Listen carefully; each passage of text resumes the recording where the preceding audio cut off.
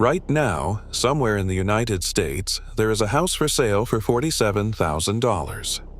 3 bedrooms, a yard, a full basement. It has been on the market for 412 days. Nobody has made an offer, not one. In a country where the average home now costs $415,000, where first-time buyers are getting crushed, where families are living in their cars because they cannot afford rent, there are houses going for less than a used pickup truck, and they are completely, utterly, inexplicably empty. Today, we are going inside 7 American ghost towns where homes are selling for under $100,000. Some well under. And by the time this video is over, you will completely understand why nobody is buying them. Because every single one of these towns has a secret. A reason the listings go cold. A reason the real estate agents do not put in the brochure. Let us start with the most dangerous ghost town in the entire United States. Picher, Oklahoma, was once one of the richest towns in America. In the early 1900s, miners struck one of the largest lead and zinc deposits ever found on this continent. Within a decade, this tiny corner of northeast Oklahoma was supplying more than half of the lead and zinc used by the United States military during World War I. Billions of dollars flowed through this town. Schools were built, churches, hotels, a main street that rivaled any city in the country. Today, you can buy a house in Picher for between $10,000 and $45,000. And the reason nobody will is sitting right outside every front door. When the mines finally closed in 1967, the companies left. They left their equipment, they left their buildings, and they left something far more dangerous, over 70 million tons of mine waste called chat piled in mountains throughout the town. Some of those piles are 60 feet tall and still standing today. That waste contains lead, cadmium, zinc, all of them toxic. For decades, children played on those piles. Families drank the water. Nobody told them what was seeping into the ground beneath their feet. By the 1980s, the environmental damage was impossible to ignore. The Environmental Protection Agency declared Picher a Superfund site, meaning it was so contaminated it required federal emergency intervention. Blood tests on local children showed alarming levels of lead poisoning, the kind of contamination that causes brain damage, learning disabilities, and a lifetime of health problems. The government began a buyout program. Families were paid to leave. Slowly, the town hollowed out. Then, in May of 2008, a Category 4 tornado tore through what was left of Picher. 2,700 homes were damaged or destroyed. 6 people were killed. After the tornado, the Environmental Protection Agency made it official. Picher was too dangerous to inhabit. The last residents were relocated. The municipality was officially dissolved in 2013. The ground beneath Picher is riddled with mining tunnels. Sinkholes have opened up in backyards and in the middle of roads. The agency has warned that entire sections of the town could collapse without warning. Those listings you will see online, the $47,000 houses and the $10,000 lots, are technically for sale. You can technically buy them, but you cannot legally live in them. The town does not exist anymore as a municipality. There are no utilities, no emergency services, and the land itself may not hold. Picher is what happens when a century of extraction leaves and takes everything with it. And the price tags sitting on those empty houses are the last evidence that anyone was ever there. If Picher is the most dangerous ghost town in America, Centralia is the most haunting, because the ground here is on fire. Right now, underneath the earth in Centralia, Pennsylvania, a coal seam has been burning continuously since 1962. 63 years. Scientists estimate it could keep burning for another 250 years. It started almost by accident. On May 27, 1962, workers set fire to a landfill near the edge of town, as they had many times before. But this time, the fire reached an old, unsealed mine entrance, and from there, it spread into the labyrinth of coal tunnels running beneath the entire town. For years, residents did not know. Then, the carbon monoxide readings started climbing. Then, a 12-year-old boy named Todd Domboski nearly fell into a sinkhole that opened up in his grandmother's backyard in 1981. He grabbed a tree root. His cousin pulled him out. The hole he almost fell into was steaming, 150 degrees at the bottom. After that, the government finally moved. In 1984, Congress allocated $42 million to relocate the entire population. Most residents took the money and left. By the year 2000, just a handful of people remained, those who refused to leave the homes they had spent their whole lives in. In 2002, the United States Postal Service canceled Centralia's zip code. In 2013, the 7 remaining residents were allowed to stay until they died, after which their properties would revert to the state. Today, approximately 5 people live in Centralia. The rest of the town is empty land, cracked roads that lead nowhere, and smoke rising from the ground.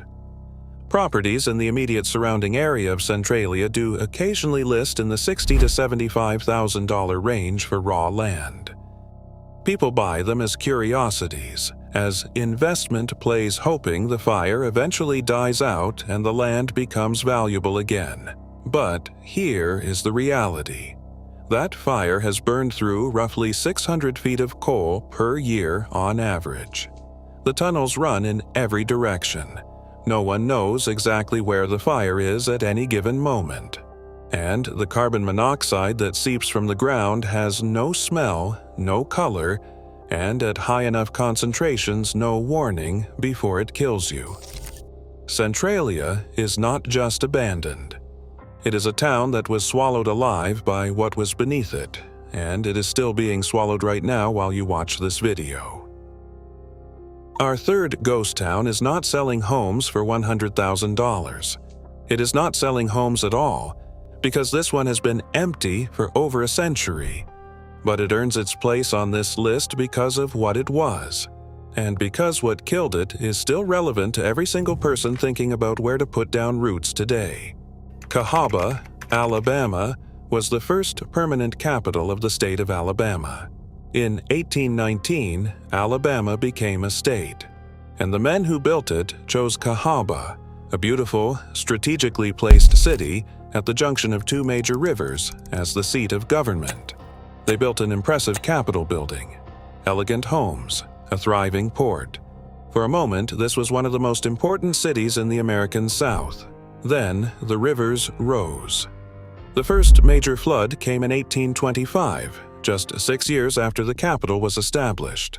Then again in 1833. The streets turned to rivers.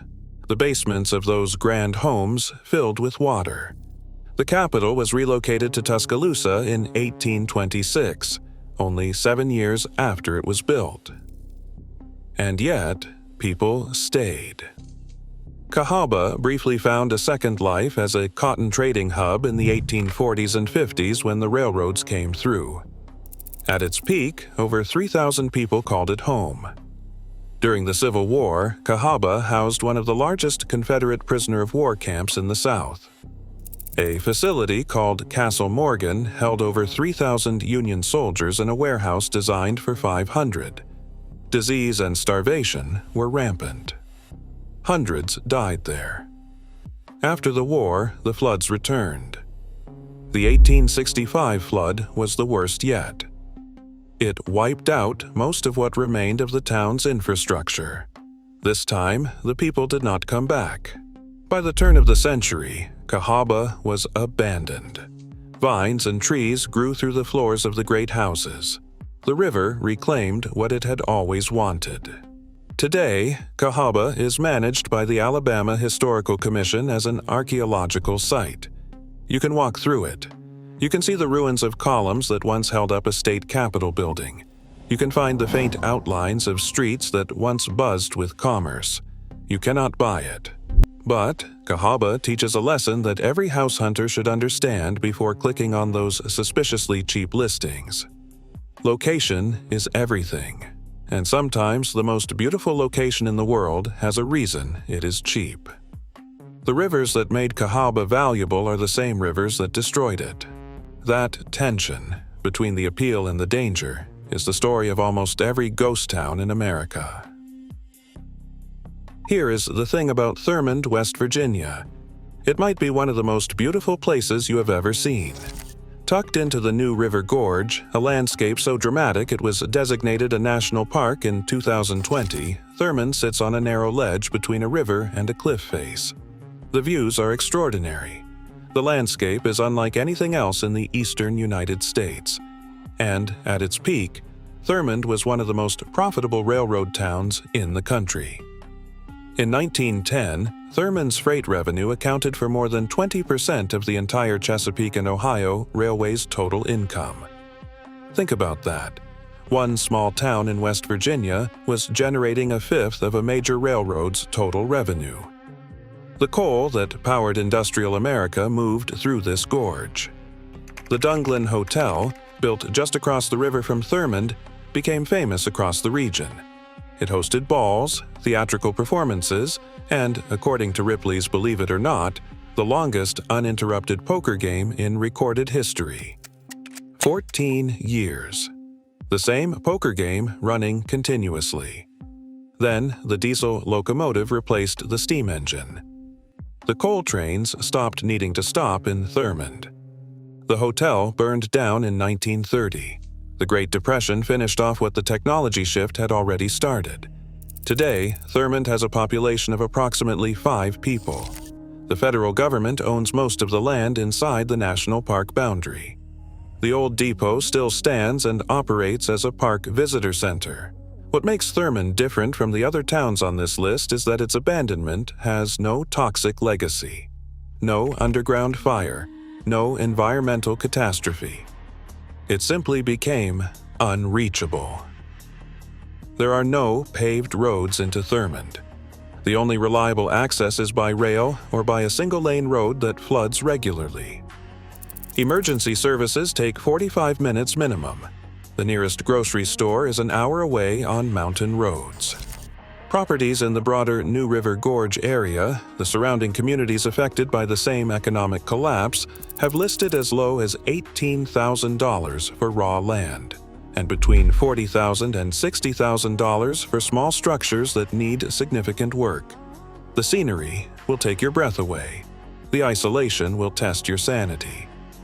Thurmond is a place that time forgot because the geography made forgetting unavoidable. If you have never heard of Bodie, California, you need to see it to believe. Located in Mono County in the high eastern Sierra Nevada, Bodie is one of the best preserved ghost towns in the United States.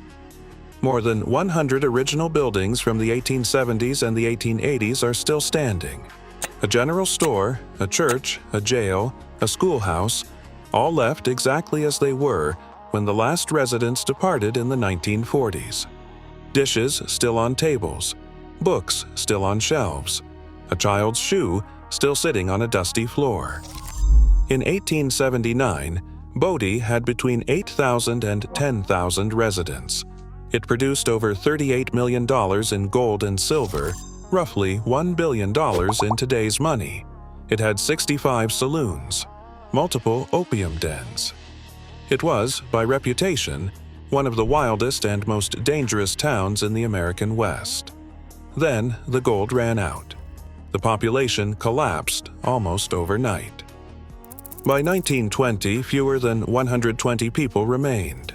The last family left in 1942, leaving behind everything they owned. The state of California acquired Bodie in 1962 and designated it a state historic park. Everything inside the buildings is protected. There is even a documented tradition of a curse. Rangers keep a thick file of letters from visitors who took a small souvenir and later mailed it back, convinced the curse was real. The town itself cannot be purchased. It is protected public land, but Mono County, which surrounds Bodie, is among the least populated counties in California. Properties do come up, including raw land, old mining claims, and remote cabins in the $40,000 to $99,000 range. The catch is this: Bodie sits at an elevation of 8,375 feet. Winter temperatures regularly drop to 30 degrees below zero Fahrenheit. The only road in closes entirely in winter and is a rough dirt track in summer. The nearest hospital is 90 minutes away in good conditions, and there is something about Bodie that unsettles people who visit. The state calls it arrested decay. They maintain the buildings in a state of deliberate, managed deterioration. The result is that the whole town looks like everyone simply stopped mid-sentence and walked away. Some people love that feeling. Some people find it deeply disturbing. Most find it both. Detroit, Michigan is not a ghost town in the traditional sense. About 630,000 people still live there. Embedded within this city are neighborhoods that function exactly like the others on this list. Streets where homes sell for less than a used car, and where the silence between houses is as complete as any desert. At its peak in 1950, Detroit was home to 1.8 million people. It was the fourth largest city in the United States. The automobile capital of the world. A city of extraordinary wealth, extraordinary culture, extraordinary architecture. Today, it has lost more than half its population. The median home price for the city proper averaged just $92,000 in 2025, the lowest of any major American metropolitan area. In specific neighborhoods within Detroit, properties have listed as low as $8,000 to $15,000. What happened to Detroit is one of the most studied urban collapses in modern history. The deindustrialization of American manufacturing, the collapse of the auto industry in 2008, a municipal bankruptcy in 2013, the largest in United States history, that wiped out city services and pension funds for decades. The vacancy rate in Detroit exceeds 20%. 1 in 5 homes in this city is abandoned. There are over 60,000 vacant properties in the city's inventory. The city itself has been forced to demolish thousands of homes, leaving empty lots where neighborhoods used to be. And the reason those cheap listings sit empty has nothing to do with toxins or underground fires. It has to do with what it is actually like to live in a place that has been systematically deprioritized for 60 years. Schools that have been through bankruptcy.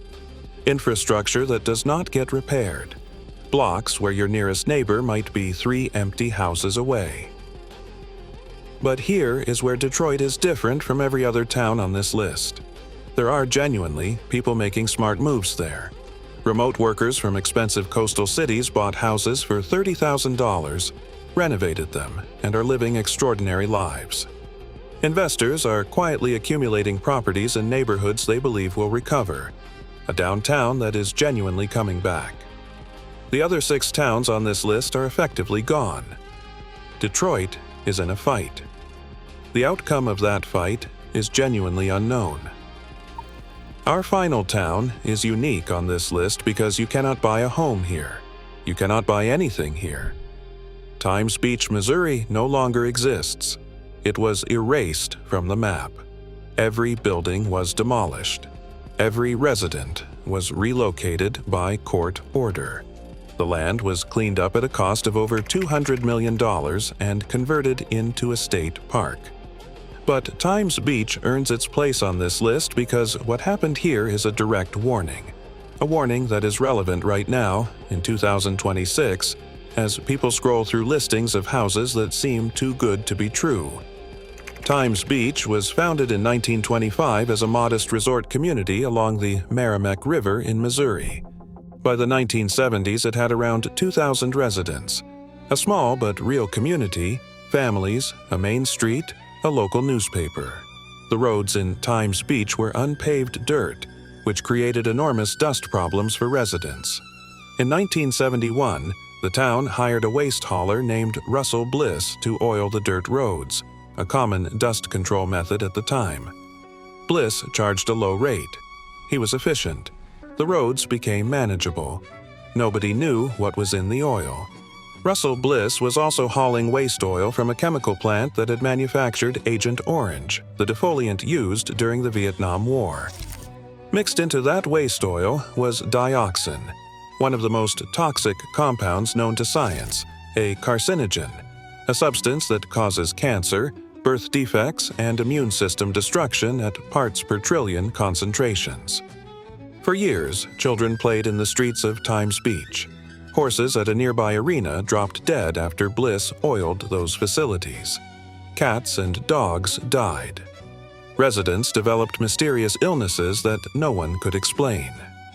The Environmental Protection Agency finally tested Times Beach in 1982.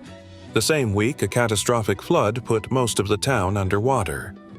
The results came back in January of 1983. The entire town was contaminated with dioxin at levels far exceeding what was considered safe. The federal government bought out every single property in Times Beach for $33 million. Every resident was relocated. Then the buildings were demolished one by one until nothing remained. The contaminated soil was incinerated in a purpose-built facility over the following decade. By the late 1990s, the Environmental Protection Agency declared the site clean. Missouri turned it into Route 66 State Park. There is a visitor center that tells the story. There is a monument. There are no houses. There never will be again. What Times Beach tells us, what it screams at us from the past, is that the cheapest properties in America are sometimes cheap because someone did something to them. And they did not tell you. By the time you found out, it was too late. In 2026, the Environmental Protection Agency's list of active Superfund sites includes over 1,300 locations across the United States. Some of those locations have properties for sale nearby. Some of those properties have listings with prices that will make your jaw drop. Always check the Superfund database before you buy. 7 towns, 7 stories. 7 reasons that a price tag which seems impossible is sometimes exactly that. Picher, Oklahoma. Toxic, forever. The ground itself poisoned by a century of mining. Centralia, Pennsylvania, on fire. Underground right now as you watch this. Cahaba, Alabama, swallowed by its own rivers twice until nothing was left.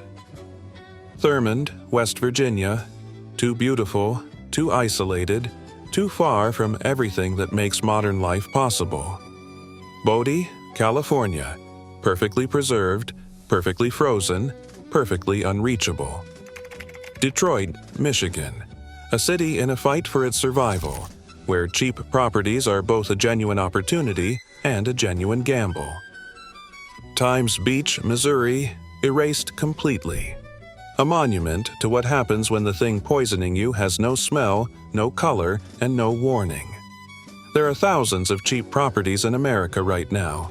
Some of them are genuine opportunities, towns that lost an industry, that lost population, that got left behind, but that have good bones and a real future. And some of them are cheap for exactly the reasons you just watched. The difference between those two categories is not always obvious from the listing photos.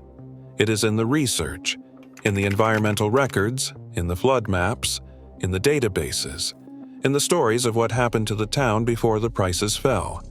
That research is what this channel is for. We are going to keep going, town by town, state by state, looking at the places in America where the prices do not make sense. And we are going to tell you exactly why. If you have made it to the end of this video, hit that subscribe button. We put out new episodes every single week, and if you want to see the next one the moment it drops, turn on notifications. Tell me in the comments, which of these 7 towns shocked you the most?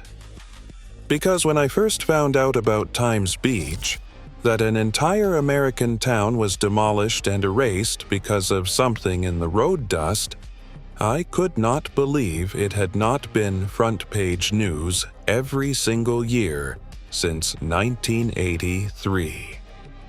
Leave your answer below. I read every single comment. I will see you in the next one.